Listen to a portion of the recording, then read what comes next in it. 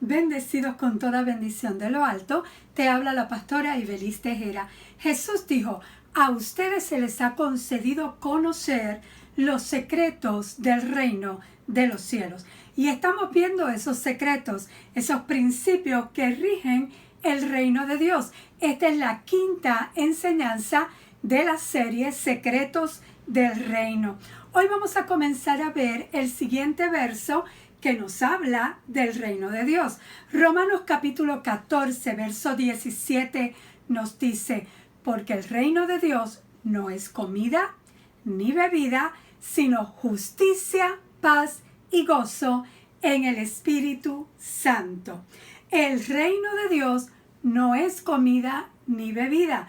Para entender por qué el apóstol Pablo dice que el reino de Dios no es comida ni bebida, si lees el capítulo 14 del libro de Romanos entero, verás que habla de que algunos en la iglesia eran débiles en la fe.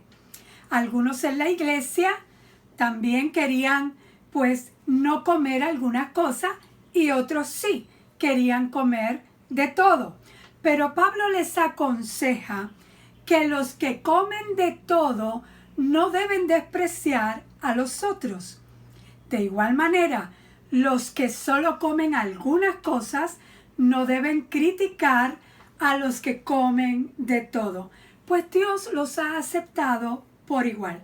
Romanos 14:6 nos da un poquito más de luz de esto que te estoy diciendo. Dice, el que le da importancia especial a cierto día, lo hace para el Señor. El que come de todo, come para el Señor y lo demuestra dándole gracias a Dios. Y el que no come para el Señor, se abstiene y también da gracias a Dios. ¿Me explico? El apóstol Pablo lo que está diciendo, por ejemplo, en el principio de este verso, es que guardar el día como sábado o domingo para la tradición judía o los creyentes en Cristo no es vana hacerlo. Quien la practica, pues quien lo hace para el Señor. Ya sea que tú quieras guardar el sábado o guardar el domingo, lo importante es que lo haces para el Señor. Y entonces él sigue diciendo, al igual con la comida, quien come de todo o no come algunas cosas, lo hacen para el mismo Señor, a quien deben glorificar y dar gracias en todo. Y él sigue diciendo en el verso 14, yo de mi parte, este es el apóstol Pablo, estoy plenamente convencido en el Señor Jesús de que no hay nada impuro en sí mismo. Si algo es impuro, lo es solamente para quien así lo considera. Pero no debemos de criticar, es lo importante. Si tú consideras que comer cierta cosa es impuro, lo es impuro para el que lo cree. Y Pablo pide que no se juzguen, ni el uno ni el otro, que no juzguemos. Y es por eso que Pablo dice, el reino de Dios no es comida ni bebida, pero es justicia, paz y gozo en el Espíritu.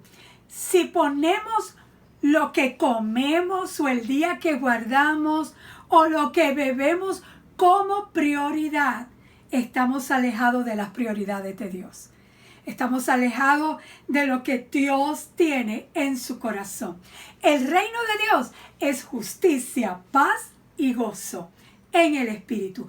Y estos son regalos que nos da la gracia de Dios. Dios no quiere que tú vivas angustiado. Él quiere que vivas en el reino de Dios y el reino de Dios está en ti. Aleluya, aquellos que aceptan a Jesús como su Señor y Salvador reciben ese regalo de la gracia divina. Aleluya. Y Dios no quiere que tú vivas angustiado. Dios quiere que tú vivas en justicia, en paz y en gozo. Ahora, el reino de Dios es justicia. La semana pasada enseñamos sobre la justicia. Por si no has visto el mensaje, te lo voy a dejar por la cajita de información para que lo veas, o aquellos que lo han visto lo repasen, porque esto es bien poderoso acerca de la justicia del reino de Dios. Pero hoy quiero enseñarte algo más sobre justicia, porque el reino de Dios es justicia. Vimos que justicia no es un término religioso, sino un término legal. La justicia del reino de Dios es un don, es un regalo que recibimos. Dios da ese regalo a los seres humanos por los cuales, ¿verdad? A los cuales los que han creído en el Señor Jesucristo le dan ese regalo y somos introducidos a la correcta relación con nuestro Padre Celestial. Los que creen en Jesús y lo han hecho Señor y Salvador de su vida, ¿verdad? No solamente creer, sino hacerlo Señor y Salvador de nuestra vida. La Biblia dice que como Él es, así somos nosotros en este mundo. Así que tú eres tan justo como lo es Jesús. Sí, eso no lo digo yo, te lo estoy leyendo en la palabra. Porque nuestra justicia no proviene de nuestro comportamiento, sino que proviene de Jesús, aquel que sí se comportó totalmente bien, perfecto. Él es perfecto y nuestra justicia proviene de Él. Romanos 5:17. Pues si por la transgresión de un solo hombre, Adán, reinó la muerte, con mayor razón los que reciben en abundancia la gracia y el don de justicia reinarán en vida por medio de un solo hombre, Jesucristo. La muerte entró por uno, por Adán, pero la vida abundante, la gracia y el don de la justicia provienen de Jesucristo. Por tanto, sigue diciendo el verso 18, así como una sola transgresión causó la condenación de todos, también un solo acto de justicia produjo la justificación que da vida a todos. Aleluya. Yo pido al Señor que Él te esté dando revelación de esto que estamos hablando. Verso 19. Porque si por la desobediencia de uno solo, Adán, muchos fueron constituidos pecadores, también por la obediencia de uno solo son muchos los que serán constituidos justos. Por la obediencia de Jesucristo, no la nuestra, por la obediencia de Jesucristo somos justos. En palabras sencillas, Dios nos ha declarado inocentes en Jesucristo. Gloria a Dios. Ahora, la justicia del reino de Dios lo cambia todo, completamente todo. Quiero que veas algo en cuanto a la justicia del reino que te puede librar de angustias. Salmo 143, verso 11. El rey David decía, Señor, por tu nombre, dame vida. Por tu justicia, sácame de la angustia. Ahora, David estaba en angustia. Le estaba pidiendo al Señor que por su justicia lo saque de la angustia. Al leer todo este Salmo 143, algunos piensan que es que David tenía miedo de los ejércitos. Y no es así, porque él mismo dijo en Salmo 27:3, aunque un ejército acampe contra mí, no temerá mi corazón, aunque contra mí se levante en guerra, yo estaré confiado. Así que no era miedo. Lo que él dice en el Salmo 143 no era miedo a los ejércitos. David estaba en ese momento en unas muy malas condiciones emocional. Estaba angustiado. Como quizá muchos de los que me están viendo están pasando por esa angustia. Ahora, estaba pasando David por aflicción, por angustia, por ansiedad. David tenía angustia en su corazón. Y mira lo que dice en el verso 2 del Salmo 143. No lleves a juicio a tu siervo, pues ante ti nadie puede alegar inocencia. Así que esto me demuestra que David tenía angustia en su corazón por haber fallado a Dios en algo. Y aunque se había arrepentido, vino la angustia a su corazón.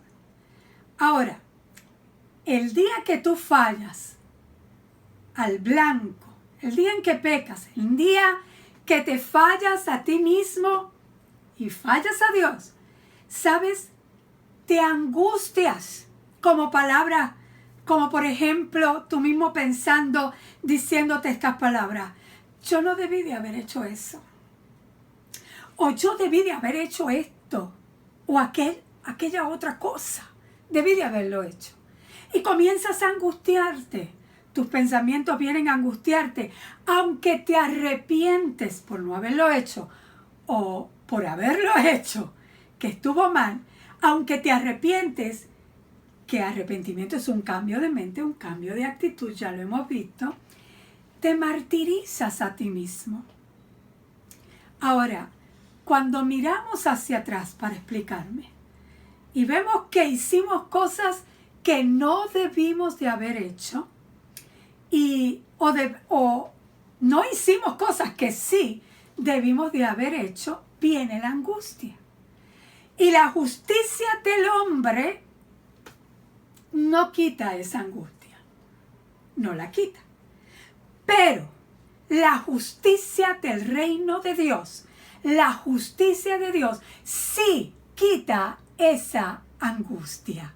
Aleluya. Porque la justicia de los hombres trabaja de afuera hacia adentro. Pero la justicia de Dios trabaja de adentro hacia afuera. Por eso te quita la angustia. Aleluya. La sangre de Cristo te quitó el pecado, te perdonó y la justicia de Dios te libera de angustia. ¿Cuánto dan gloria a Dios ahí en sus casas o donde me estás viendo? Gloria a Dios. Cuando tú pides perdón muchas veces por lo mismo, es que estás permitiendo que el enemigo ponga en tus pensamientos condenación y te llena de angustia, te llena de culpas. Cuando pides perdón por lo mismo y por lo mismo una y otra vez. Óyeme, si tú fuiste al Señor y te arrepentiste, tú vas a pedir perdón no para que te perdones, ya Él te perdonó, pero tú pides perdón, tú pides arrepentimiento para poder colocarte en la posición correcta de ser bendecido ante el Señor. Él te perdonó, pero debemos de confesar nuestras faltas ante Él, no ante más nadie, ante Dios. Y entonces hay personas que vuelven, se arrepienten, piden perdón por haberlo hecho mal, lo hacen un día, pero vuelven al otro día y sienten esa angustia y vuelven y lo hacen. Y al otro día y vuelven y lo hacen. No que están haciendo el error, sino que le están pidiendo perdón a Dios. Pues no recibiste el perdón. Ya Dios te perdonó. Pastora, pero siento esa angustia todavía, porque tienes que entender que la justicia de Dios te quite esa angustia. No permita que el enemigo venga con esos pensamientos de culpa, de condenación, para hacerte creer que eres culpable todo el tiempo y que no eres merecedor de ese perdón que ya Dios te lo dio, porque Cristo pagó el precio. Ahora, ¿cómo hago cuando viene ese sentimiento de angustia? ¿Sabes? Porque algunos creen que cuando viene ese sentimiento de angustia vuelven a pedir perdón porque creen que es el Espíritu Santo que viene a redarguir para señalar los pecados y las fallas. Número 1, óyeme bien, entiende bien. Lo que nos redarguye, lo que nos hace cambiar, lo que nos corrige, y entonces nos autocorregimos, es la palabra de Dios. La palabra de Dios nos corrige, nos dirige, nos redarguye para que nosotros entremos en sí y volvamos al camino. Estábamos en error, pero que volvamos al camino. Esa es la palabra de Dios, no el Espíritu Santo. ¿Por qué? Número 2, el Espíritu Santo nunca te va a señalar tus faltas. No va a señalar tus fallas. El Espíritu Santo no va a señalar tus errores. ¿Sabes por qué? Porque tú sabes cuando tú haces mal. Tú lo sabes. Cuando tú has hecho algo mal, todos sabemos muy bien cuando hemos fallado. Todos lo sabemos.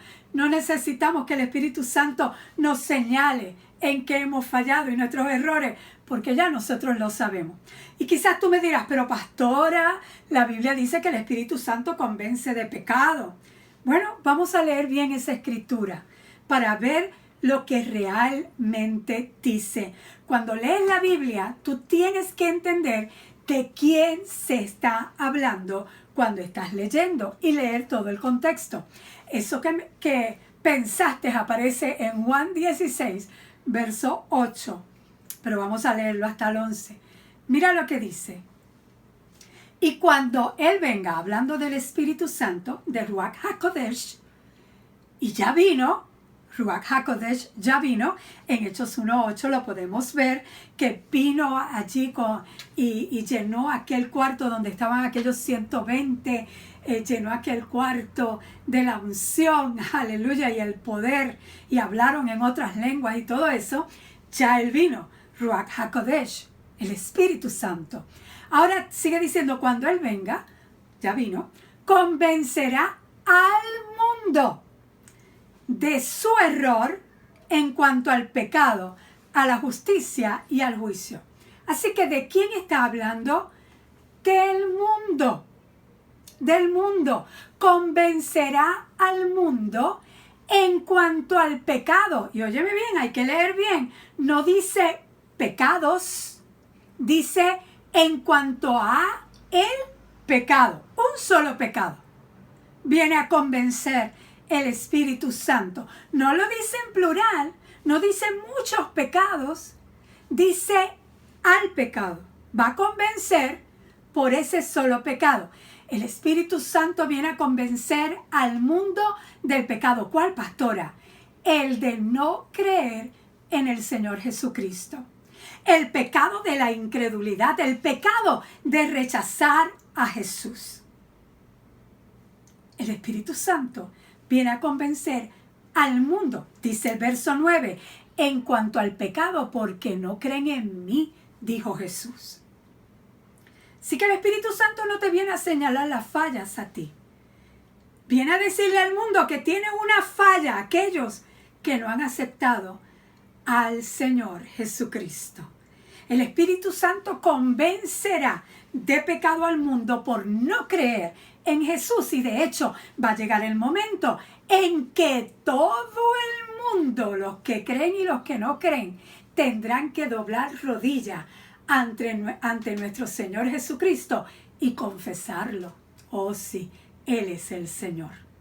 Toda rodilla se doblará. Aleluya. El Espíritu Santo convencerá de pecado. Sigue diciendo verso 10. En cuanto a la justicia, porque voy al Padre y ustedes ya no podrán verme. ¿De quién están hablando aquí? ¿Quiénes eran ustedes a los que se refería Jesús? Los que estaban con Él, a sus discípulos, a sus seguidores, a los que sí creyeron en Él, como tú y yo hemos creído. Jesús le está hablando a los que sí han creído en Él, que el Espíritu Santo viene para convencerlos de justicia. Si el Espíritu Santo viene a convencernos en algo a nosotros, es de justicia, que hemos sido justificados en Cristo. Aleluya. Y verso 11 dice, y en cuanto al juicio, porque el príncipe de este mundo ya ha sido juzgado. El juicio es para Satanás y los suyos. Y ya él ha sido juzgado. No tiene break. No tiene break. Tú y yo hemos sido justificados por la fe en Jesucristo. Y el Espíritu Santo viene a convencernos de esa justicia. Y así la angustia se tendrá que ir. Cuando ya tú estás convencido de que tú eres justicia de Dios en Cristo, de que Dios te ve inocente, no por lo que tú hagas o dejes de hacer, no porque si tú estás haciendo lo correcto, no porque si tú estás obedeciendo, y hay que hacer lo correcto, ya te lo he dicho, y hay que obedecer, pero no es por eso que tú eres justo, es porque hay uno que hizo lo correcto, es porque hay uno que sí obedeció, y ese se llama Jesucristo. Entiende que justicia en el reino de Dios no es hacer lo correcto aunque lo tengamos que hacer. Justicia en el reino de Dios es ser lo correcto delante de Dios por haber creído en Cristo. Así que la justicia de Dios es un estado, una posición. La posición que te hace una persona aceptable ante Dios para tener comunión con Él. Así que ya no debes de permitir que venga la angustia a tu vida. Escúchame bien, en el momento en que te arrepentiste, que hiciste un cambio de mente, un cambio de actitud, te arrepentiste de todo corazón, debes de cancelar también la angustia, porque no solo el pecado fue cancelado, sino que esa angustia, ese sentimiento de culpabilidad que trata de traer el enemigo, ya también el Señor lo quitó por su justicia. ¿Cuánto dan gloria a Dios? Oh, yo pido al Señor, al Espíritu Santo, que te convenza de justicia. Seguimos la próxima semana, porque el reino de Dios es justicia, pero es paz y gozo. Nos vemos la semana que viene. Continuamos con la enseñanza Secretos del Reino. Bendecidos.